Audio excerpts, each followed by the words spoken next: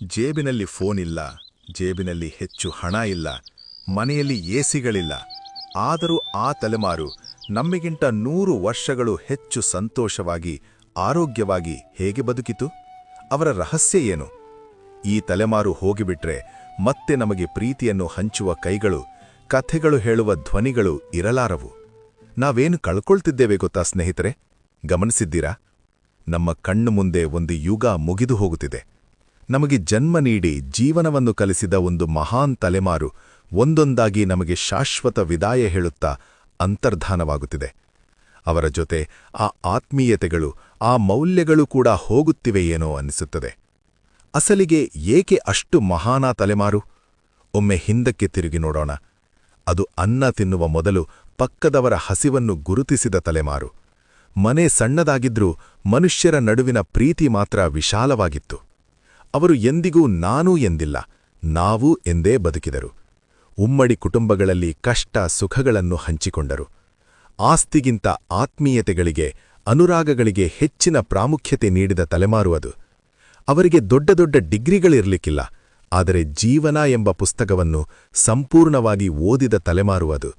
ಗಡಿಯಾರ ಇಲ್ಲದಿದ್ದರೂ ಸೂರ್ಯನನ್ನು ನೋಡಿ ಸಮಯ ಹೇಳುತ್ತಿದ್ದರು. ಕ್ಯಾಲ್ಕುಲೇಟರ್ ಇಲ್ಲದಿದ್ದರೂ ಬಾಯಿಲೆಕ್ಕದಲ್ಲೇ ಜೀವನವನ್ನು ಗೆದ್ದ ಮೇಧಾವಿಗಳು ಅವರು. ಇಂಟರ್ನೆಟ್ ನೋಡದೆ ಅಪಾರ ಜ್ಞಾನವನ್ನು ತುಂಬಿಕೊಂಡರು. ಜಿಪಿಎಸ್ ಇಲ್ಲದಿದ್ದರೂ ಗಮ್ಯವನ್ನು ಖಚಿತವಾಗಿ ತಲುಪುತ್ತಿದ್ದರು. ಆ ದಿನಗಳಲ್ಲಿ ಕೈಯಲ್ಲಿ ಮೊಬೈಲ್ ಫೋನ್ ಇರಲಿಲ್ಲ, ಆದರೆ ಮನಸ್ಸು ತೆರೆದು ಮಾತನಾಡಿಕೊಳ್ಳುವ ಸ್ನೇಹಗಳಿಗೆ ಕೊರತೆ ಇರಲಿಲ್ಲ.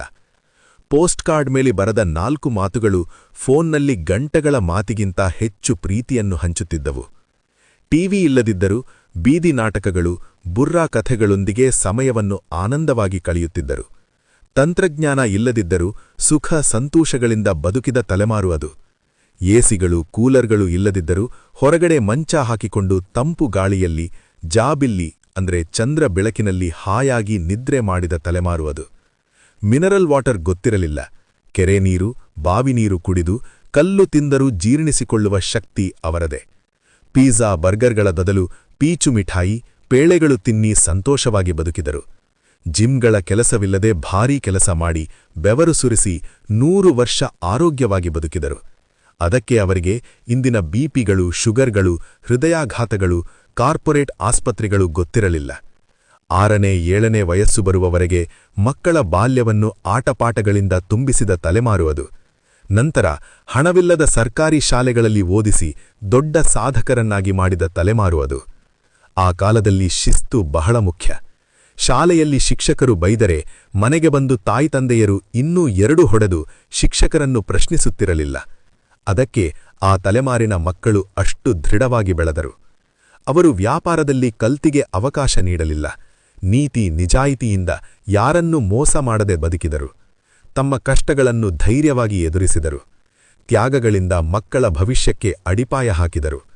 ಜಾತಿ ಮತಗಳ ಪಾರವಾಗಿ ಎಲ್ಲರನ್ನೂ ಸಹೋದರ ಭಾವದಿಂದ ನೋಡಿದ ದೊಡ್ಡ ಮನಸ್ಸು ಅವರದ್ದು. ಅಂತಹ ಅಮೂಲ್ಯ ಮನುಷ್ಯರು ಇಂದು ಒಂದೊಂದಾಗಿ ನಮ್ಮನ್ನು ಬಿಟ್ಟು ಹೋಗುತ್ತಿದ್ದಾರೆ. ಅವರನ್ನು ಕಳೆದುಕೊಳ್ಳುತ್ತಿದ್ದೇವೆ ಅಂದರೆ ಎಲ್ಲವನ್ನೂ ಕಳೆದುಕೊಂಡಂತೆ ಅನ್ನಿಸುತ್ತದೆ.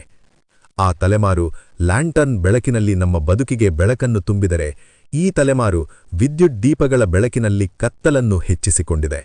ಹೋಗುತ್ತಿರುವ ಆ ತಲೆಮಾರಿನಿಂದ ನಾವು ಆ ಪ್ರೀತಿ, ಆ ಮೌಲ್ಯಗಳನ್ನು ಕಲಿಯದಿದ್ದರೆ ನಮ್ಮ ಭವಿಷ್ಯ ಅಂಧಕಾರವೇ. ಅವರು ಇರುವವರೆಗೆ ಅವರನ್ನು ಪ್ರೀತಿಯಿಂದ ನೋಡೋಣ. ಅವರು ಕಲಿಸಿದ ದಾರಿಯಲ್ಲಿ ನಡೆಯೋಣ. ಹಳೆಯ ತಲೆಮಾರಿನನ್ನು ಗೌರವಿಸಿ. Respect the older generation. ಈ ಕಥೆ ನಿಮ್ಮ ಮನಸ್ಸನ್ನು ತಟ್ಟಿದೆಯಾ? ಹಾಗಿದ್ರೆ ತಪ್ಪದೇ ಒಂದು ಲೈಕ್ ಮಾಡಿ.